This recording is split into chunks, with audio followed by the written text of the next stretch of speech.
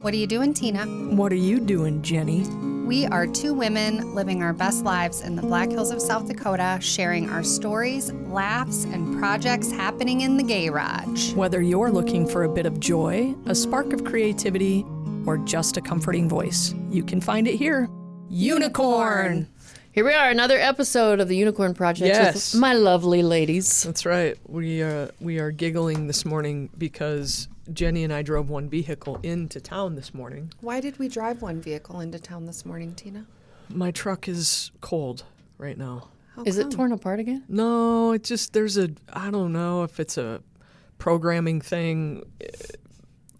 Tell Right everyone now- the fun thing. Right now, my engine temperature, it's a programming thing from when I replaced the whole HVAC and screen and, dash of my truck. And there's got to be a programming thing in Forescan that is requiring my engine temperature to hit a certain degree before the HVAC will kick on.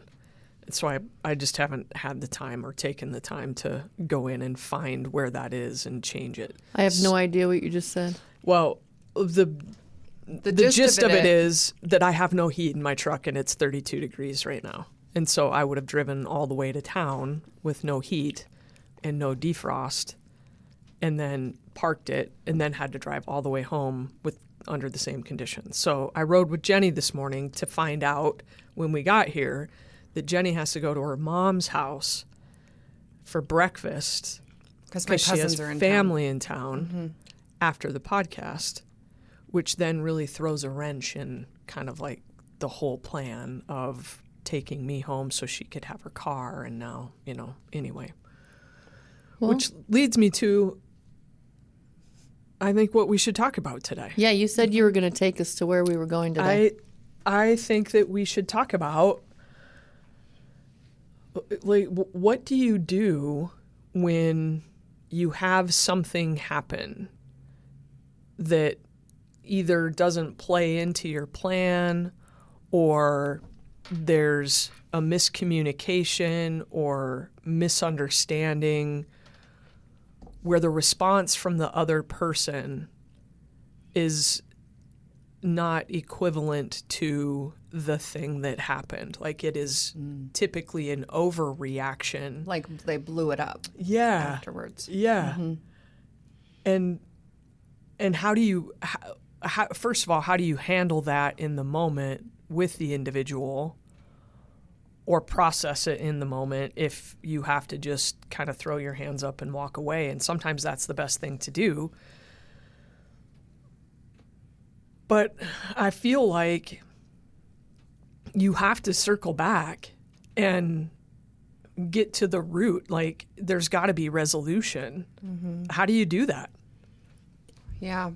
I think, what I hear you saying is, how do you handle it when you're misunderstood? Yeah. When your action maybe was misinterpreted and you didn't necessarily mean anything by it, but it sort of took on a life of its own. Right. Right? Yeah.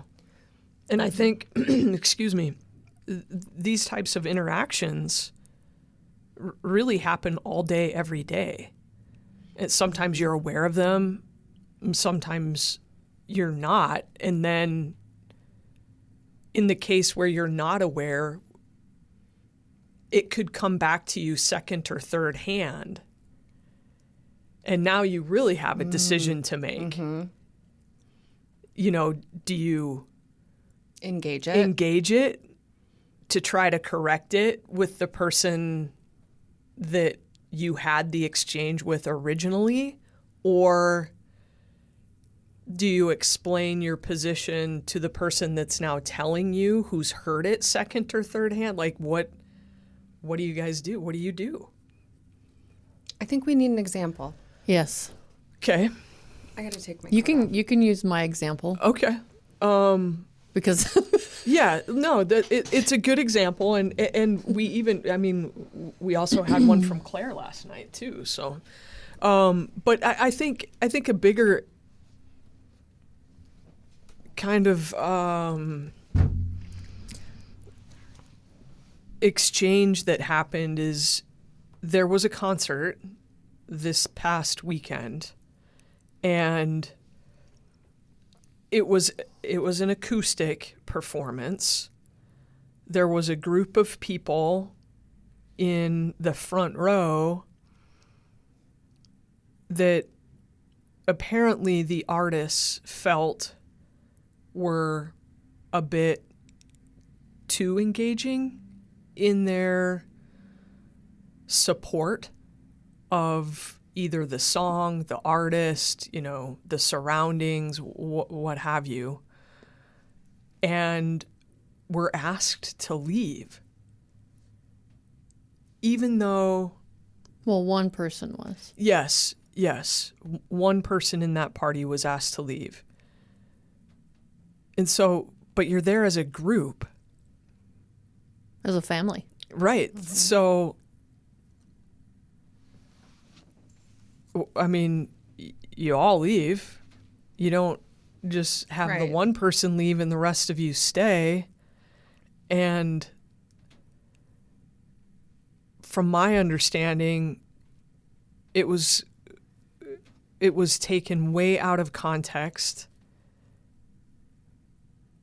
and their reaction, like they're the ones, they being the artist, really kind of blew it up. It didn't need to go that far. Like, I mean, even if the artist would have said, this is an acoustic set, could I ask the front row to simmer down? Wouldn't that tone have it been down, plenty? Or even in the beginning, maybe an announcer saying the artist would appreciate, quietness in the front row, or no cell phones or something. Or even some expectations. Yeah, I mean, all of those are good solutions or kind of precursors to what, if I'm the artist, if I put myself in that position and I'm on the stage,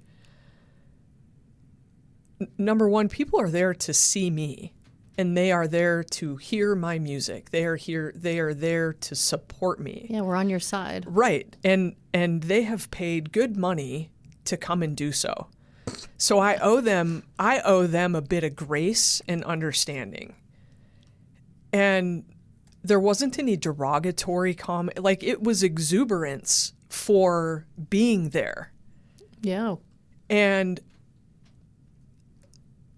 I feel like maybe a better way to have handled that is, in between songs, you cannot tell me that they don't have people off stage that they could have said, hey, can you have security let the people in the front know, just to tone it down a little bit, rather than alienate somebody and cause a scene.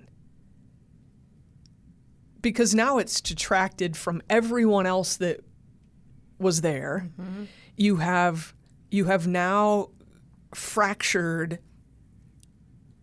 a fan and their following of you. And not just a fan, like a super fan. Yeah. Yes. Right? For the past 12 years. His entire wardrobe is this artist. Like, I don't... He's still heartbroken several days after. That's crazy. He goes online and he just reads these horrible comments over and over. He just can't stop. Because people are being bullies. Right. About it now. Right. Like they don't understand the hurt that came from that. Right. Which is let's unpack that a little bit, because you can apply that situation to so many interactions that we have day to day.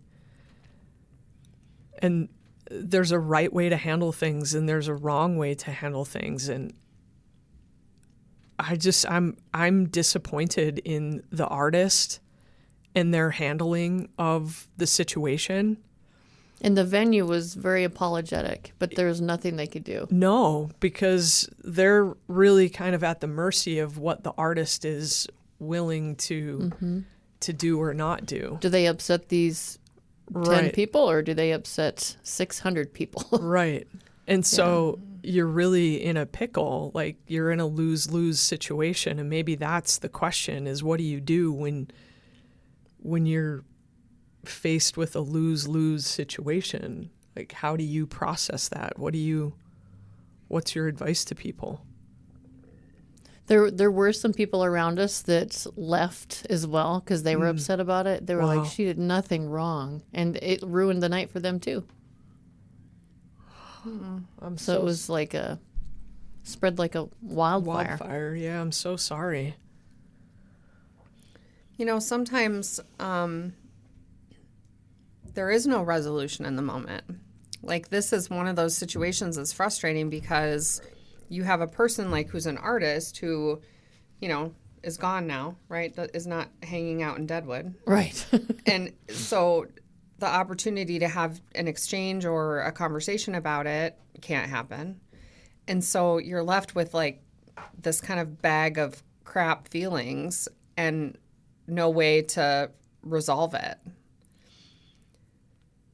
But I think that there are some ways to resolve some of these feelings that we have when we don't have the other party to give us a resolution or closure or bring things to, you know, full circle to kind of put it to rest, right? And so I am a regular writer of letters I never send. Here we go. That's something I do. You do. She does do this. I even write letters to myself, to previous versions of me, to me at different ages, to like, I find the writing process really therapeutic for me. And that might not be everybody. You could also talk it out, you know, and role play it. Tina and I love to role play when it comes to like interactions where, and she always makes me be the other person and then she's me, or, you know, vice versa. That's one way.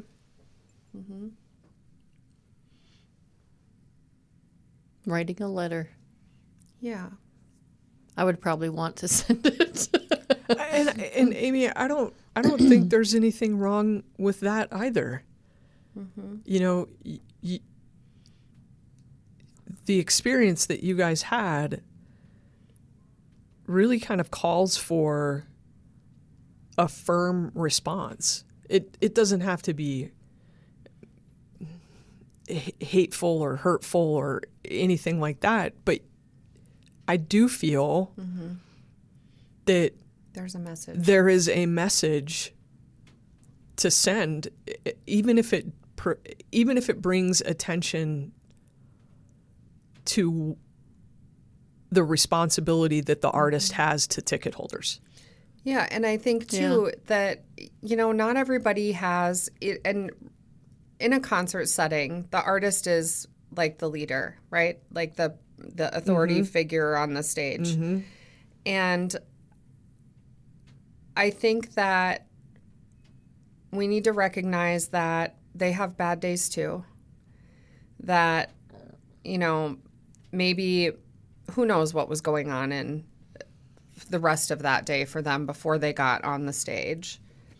Not excusing it, but I do think that it is an opportunity to point out and offer maybe a perspective shift for them about, you know, your level of love for the artist and investment into their work, and allow them to see that perspective, because I think it is valuable.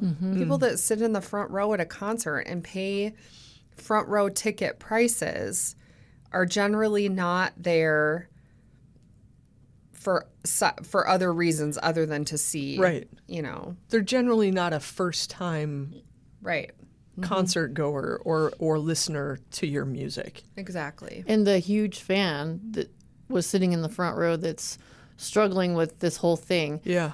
they write songs about people like him, Wow. you know? Yeah. Whew, that There's hit a me. story to be there's a Yeah. story to be told there. Yeah. And I think, you know, sometimes in these situations, the hardest part, like the most frustrating part, is when the interaction was completely one-sided. Yeah. So it was all one-sided. You're in a position like there's nothing you can do except leave.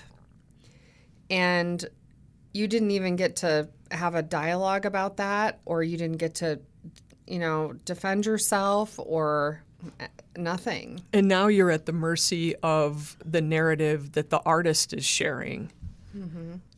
And that's not okay either. Yeah, and the cyber bullies in the comments. Right, exactly. And that's what I'm saying. They know where I work if they want to come say those things to me. Right. And it's my understanding that right. It's my understanding that the next day the artist went on their own social media platform and talked about this very thing.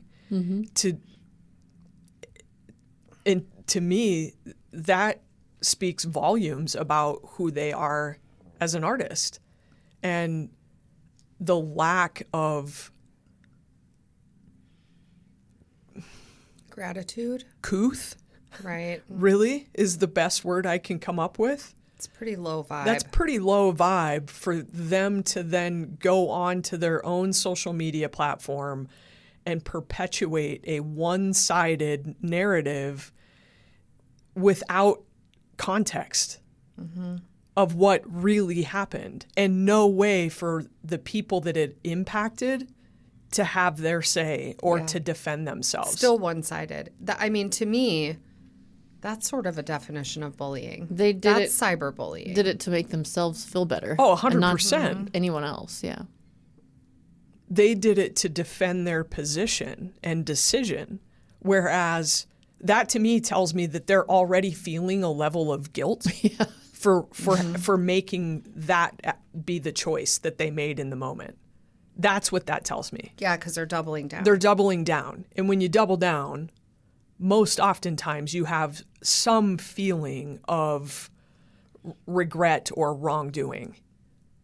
But the only way to combat that when you're not big enough to admit that is to double down and continue to push.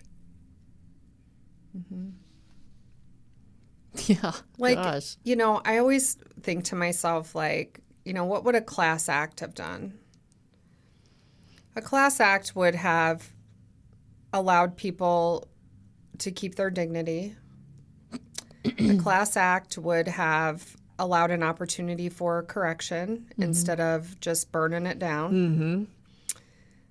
A class act may have gotten on social media or whatever the next day and offered some education about, if it's an acoustic set, here's the thing, or beforehand would have been better off, or there should have been an announcement, because I've been to that venue and it's just a big open venue. It's not like theater concert seating. No. Do you know what I mean? Yeah. Right. Yeah, and there was loud people everywhere. Right. Way louder than the front row. Right. I never knew that the front row had to behave differently. Best behavior. Especially at a country concert. Right.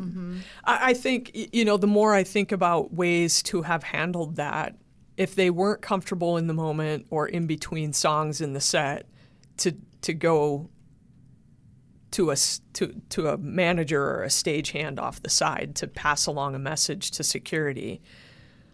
I guess the thing that comes to mind immediately is after that song, where they felt so offended, which blows my mind. Why not just acknowledge it? Why not just say, "Hey, where are you guys from? You are cheering loud and proud, and I'm so glad that you're here, and you must be longtime fans, and where are you guys from?" Have an engagement, and hey, do me a favor, we want to make sure everybody's enjoying. Maybe just tone it down a little bit. No more beer for that one. Make a joke, right? Yeah. There's an easy way to play that off. But that's not what they did. And that makes me sad for all of you. Aww. Well, and there's a price for, I just want to say that, for everybody that's thinking that the artist is getting off scot-free and had the only voice in the narrative or whatever, energetically and karmically, this is very bad for them. Yeah. I think that one of the things that we're really mindful about is how we treat our fans, our followers, people who, are so loyal and awesome. And I would never, ever, ever. I mean, we had a situation, do you remember, where we had someone who was pretty inappropriate in the comments. Yes. And I don't know, we handled it in the best way that we could. Mm-hmm. And do you know, that person made an Elder Angel Tree donation yesterday. Oh, I didn't know that. really? You didn't tell me that. Yeah. Yeah, so we had a situation where we were in D.C. for Jenny's veterans presentation, and we were going to do a live, but we ended up a meet and greet, Right. and we ended up needing to come home early for a couple of reasons.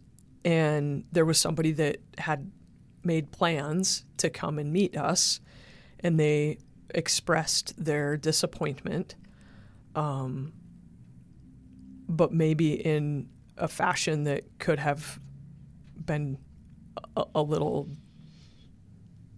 Basically, the comment was like, Yeah. You can't even say it. I can't. I think Jenny can. Yeah. the comment was something along the lines of, I can't believe that you would cancel a meet and greet, a commitment that you made. I have never gone back on my word on a commitment that I made, and, just like kind of on and on. And so then other people jump in and start to kind of correct her, to which she just doubles down. Oh, no. And again, there's that double down thing. In my experience, when a person really digs their heels in, there's usually some baggage with that. They're usually feeling some level of guilt or responsibility that they are not ready to be humble enough or vulnerable enough to admit. So it's easier to dig in. And she dug in. And, we had a few more back and forth comments. I was obviously polite and, but really definitive in my response. Which kind of leads me to a new thing that I learned through that, which is parasocial relationships. Are you familiar with that term? Please explain. So parasocial relationships are like us as creators, for example. Like, people assume a level of familiarity with us because they know us, but we don't know them. We don't know anything about them. But somehow they feel like they have kind of license to have an opinion and, about whatever, it doesn't matter. But we don't know them. And sometimes people, I think, get overly familiar and overly, what am I trying to say? They take liberties, let's say, socially, that they haven't earned the right to take because they feel this connection with us. But that's a one-way connection, because how could we possibly? We don't know them. You know what I mean? And so it's this interesting dynamic, because it ends up in, sometimes when it's not healthy, it ends up in people really feeling like they have an opinion about the direction of your decision or your life, Which can lead to them feeling let down or betrayed or, in any number of things. But I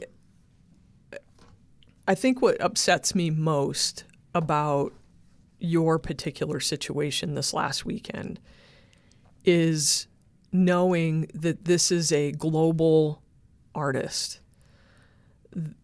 not their first rodeo, been in the industry a long time. They're in a smaller community where people have come from far to see them in an intimate venue, and they behaved in a way that really is more of a reflection on who they are than it ever is on who any of you are or what, you know. Believe it or not, I'm having a hard time. These experiences matter. They do. When you're a public person, an artist, a creator, like doesn't matter. It matters. Not only did they do that to her, but they showed everyone in that whole entire concert venue their character. Mm-hmm. Especially when they put the spotlight on her. No, they did not. Oh my gosh. No one should be treated like that. I know. Yeah. See, that right there is so distasteful. That's bullying. Yeah. 100%. I think it might have been the venue showing the security guards who, but doesn't matter. That's poor judgment. And then the crowd cheered. That's just poor taste. That's poor judgment. Like, there's a way to handle things, and that's not it. Like, that's not it. They'll pay a price for that. She handled it like a champ, though. I was proud of her. Good for her. I don't know her, and I don't know the artist. I don't follow them, but I can tell you that they will receive a message from me. Oh, wow. Same.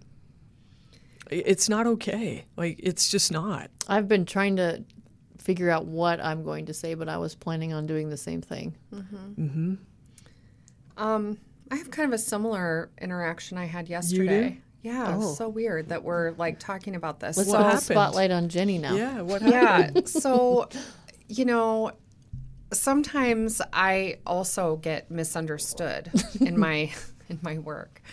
And probably about a year ago, I, became involved in this guardianship and this a married couple, dementia.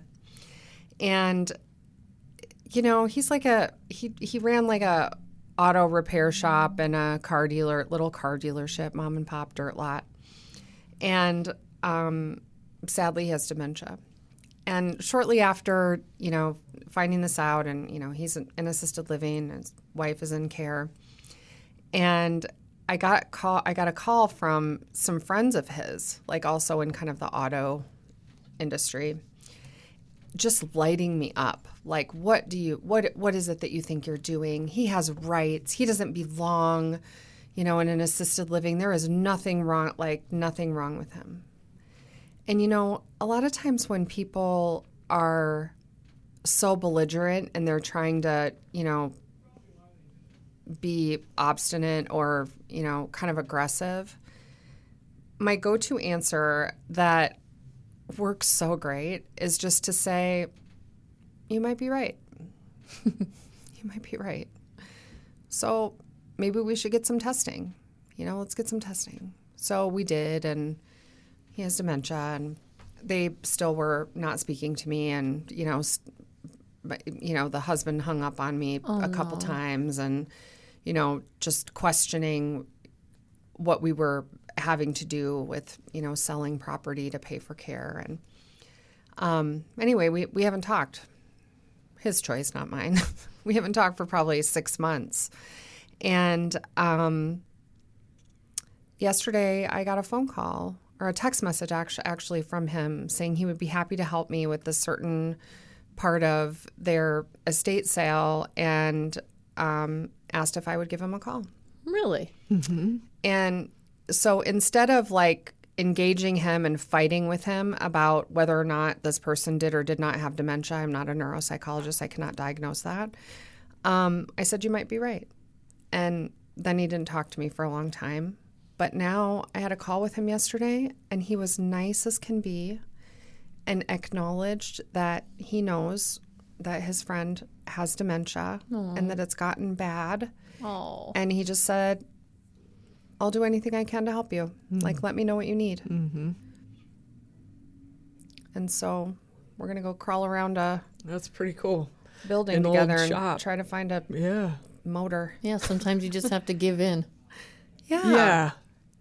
And I think too that's the universe. That's the karma thing coming back. It's he didn't want to take your word for it in the moment, and also not realizing that you're an expert in this space dealing with these things. Like, he has no context. Right. So instead of having an open dialogue, he jumped to an assumption and kind of slammed that door shut. Right.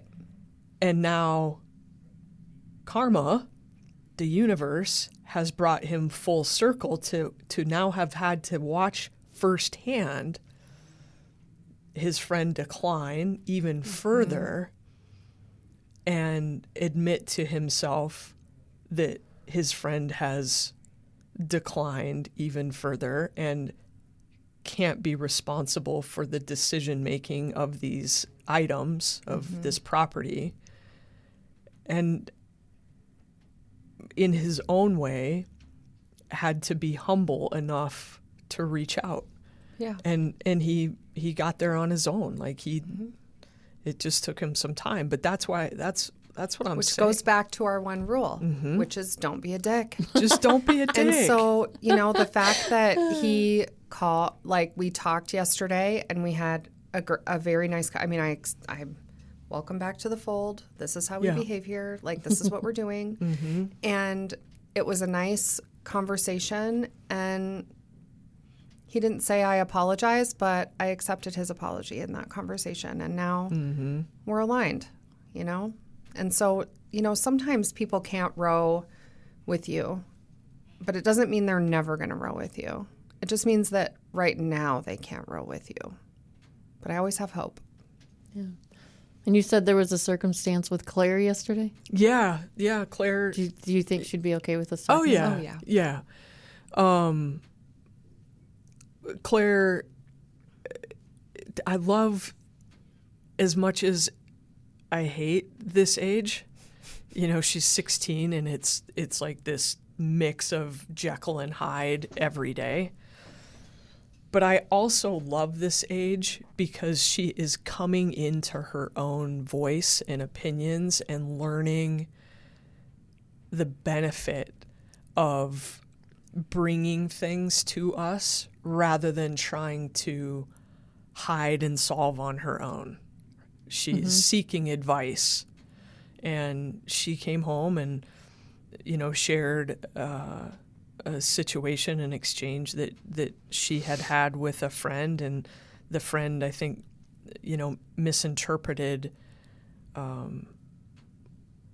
Her intent. the intent that Claire had.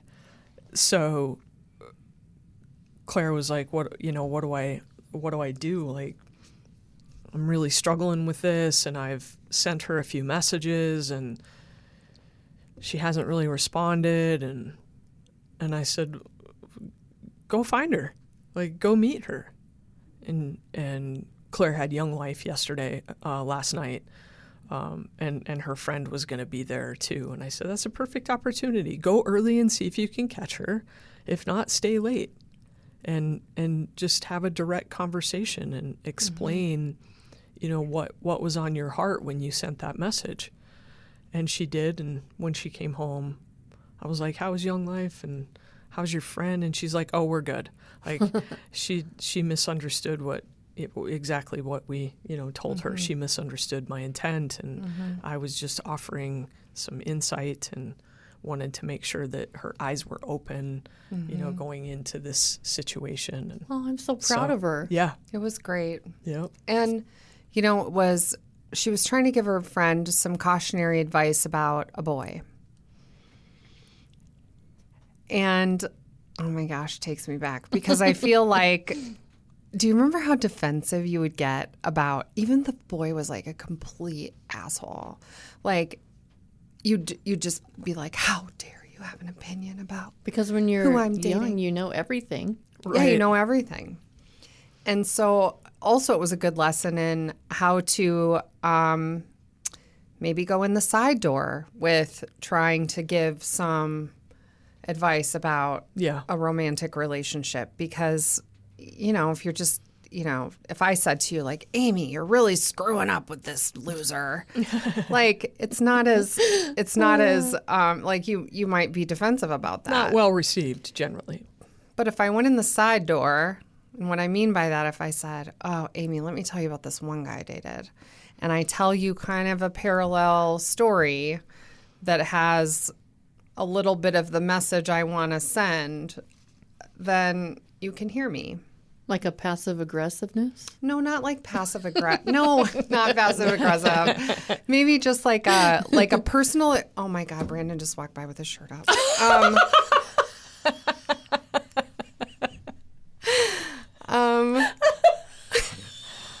And now his butt crack. Oh, That's great. I love that guy. I love him too.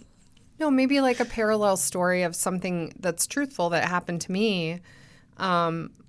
Why I'm feeling worried about you, where then you might interpret that differently instead of being defensive. Something to relate to. Yeah. Yeah. I like that. Building bridges. Side door. I go on the side door all the time. Sometimes, yeah. Sometimes it's the only way. Yeah. I didn't know there was a side door. Yeah.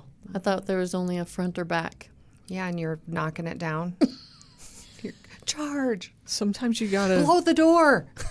blow the door. Like with the C4, on the shows. Exactly. Blow the door. Don't you just want to say that one time?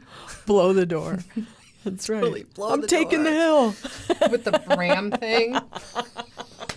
Just one time. A Bram thing? That ram, that they have that they knock the door in with. Our city police call it the key to the city. Oh, is that what it's called? That's funny. Or there was that one Facebook meme a while back that I couldn't even get over. It was so funny. It was like, don't you just want to clear off a table and say, let's look at the maps? I do.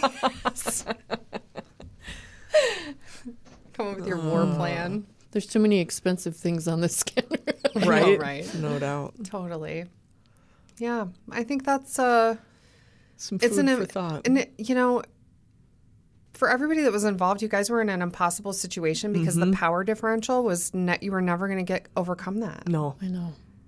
I mean, and that's hard. And this is why trauma related to when there is a power differential is why it's so freaking traumatic, is because you have no voice. Like, you are muted when there's that. Yeah. You don't matter. You don't get your You're just say. you're just a A thing. little peasant. And then you got Yeah. discarded. Yeah. I'm a peasant. Yeah. That's right. What should people take with them today out of this? I think people should take with them to try to figure out what's behind those feelings, to try to figure out what happened, but also put it in context. And, I think that one thing that Tina does like very, very well that I always admire so much is I think there's a way to reach out to the artist in a way that shares every feeling you need to feel, but also offers them a different lens, a different perspective of how that felt, how that was interpreted, and the fact that it's his favorite frickin' band matters. He is the fan they are looking for. Like, if you were an artist and you had Go look at his TikTok. like an avatar, I call it, like an avatar fan. Like, who's your, like, I do avatar clients all the time. Like, who's my perfect client? Like, what if I could build the perfect client, what would it look like? He's the perfect fan.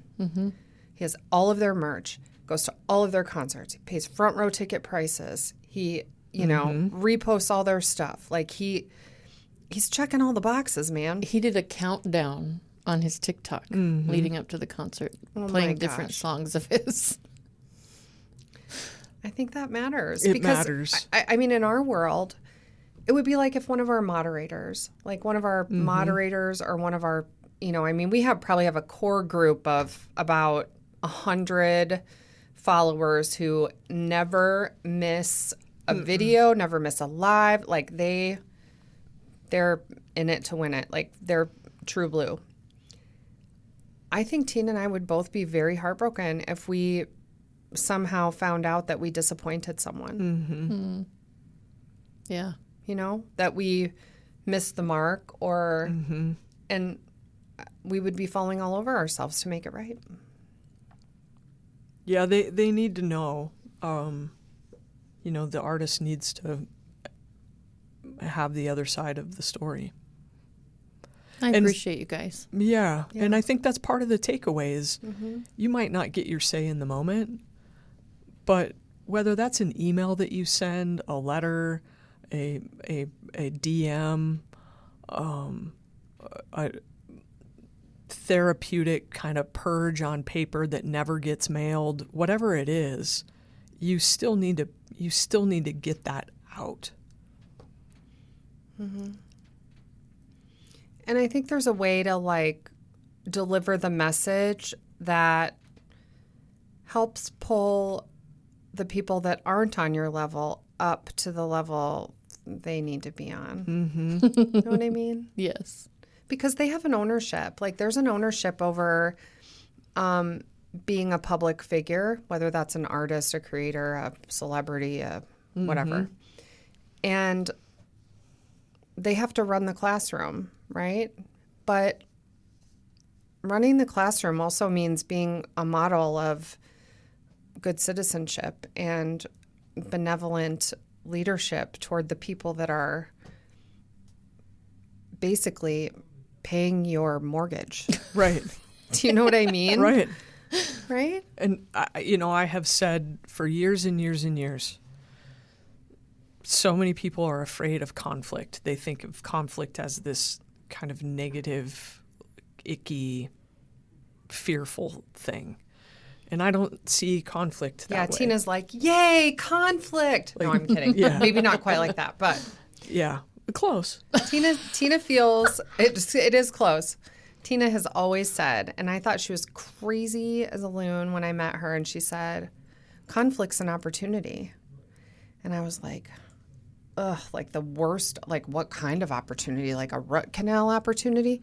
But you're right, because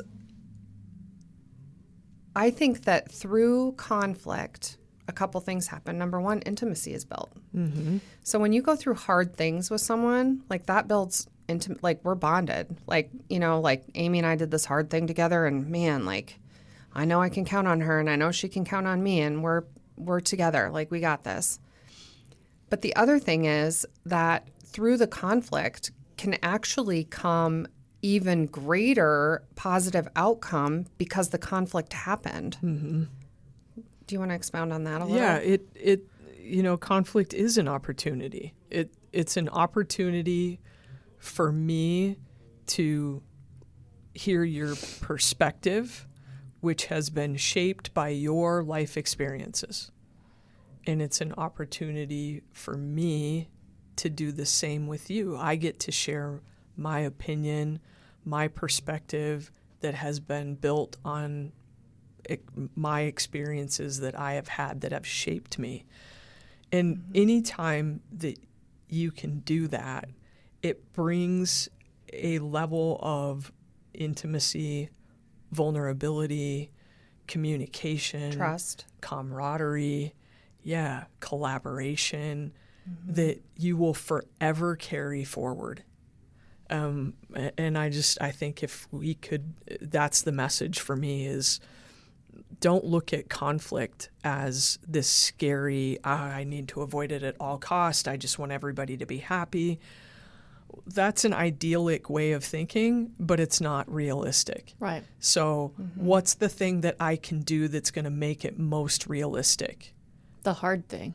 Yes. But after you approach the hard thing, it becomes the easy thing and the right thing and the good thing that makes everything better. Boom shakalaka. And I think too, like approaching situations like this, knowing that you may not get the response you're looking for on the other side. I mean, let's face it, like they have kind of some low vibe and behavior going on here, and that could continue. But you don't need the other person's stamp of approval to have the closure. And I guarantee, like, you're going to feel better about the whole thing if you've had the opportunity to equalize that power differential and you got a chance to say how you felt. Mm-hmm. Like that is a good exercise, even if it doesn't result in a resolution or a mutual understanding or kind of restoration of the relationship. Then like I did what I could. And I think for ourselves that's important, because right now you have all these feelings and all this toil, and you're doom scrolling the comments and reliving all the things, and it just is ugly in there. And who's that hurting? Mm-hmm. It's not hurting them. It's hurting you. And so, by going through that exercise, because we all have these screwed up things that happen. And, I've said before, resilience is having the bad thing happen, internalizing it, feeling those things, using all of your tools, and then turning that into positive action on the back end. Mm-hmm. How quick can you do that? That's resilience. And so we just have to take the moment to do that work, like the work of the processing of the trauma, anger, disappointment, all the feelings, and move on and be okay no matter what the outcome is from the other side. Amen. Amen. Look what I did to this thing. Well done. It's beautiful. That's fancy. It's like a heartbeat. Well, where should people send their questions and comments? So I have a request. Oh. We the email mailbag is pretty strong, but the voicemail mailbag is lacking. Voicemail bag? Yeah. The voicemail bag. Oh, yep. Thank you. The one that tapes you. Yeah, that tapes me. That one we could use some questions or comments. So please. Even if you have a topic idea, we'd love to know those too. What do you want us to talk about? Well, what is the darn number? Oh, it is 844-605-5433. That's 844-605-LIFE. And questions can go to info@theunicornprojects.com. That's right. Okay. Let's do it. All right. Unicorn. Thank you for tuning in to the Unicorn Projects, hosted by Amy Rose with Jenny and Tina. Music by Caroline Kilty. Produced by Russ Haddon. Engineered by Chris Jaquez. It's the Unicorn Projects on the Home Slice Audio Network.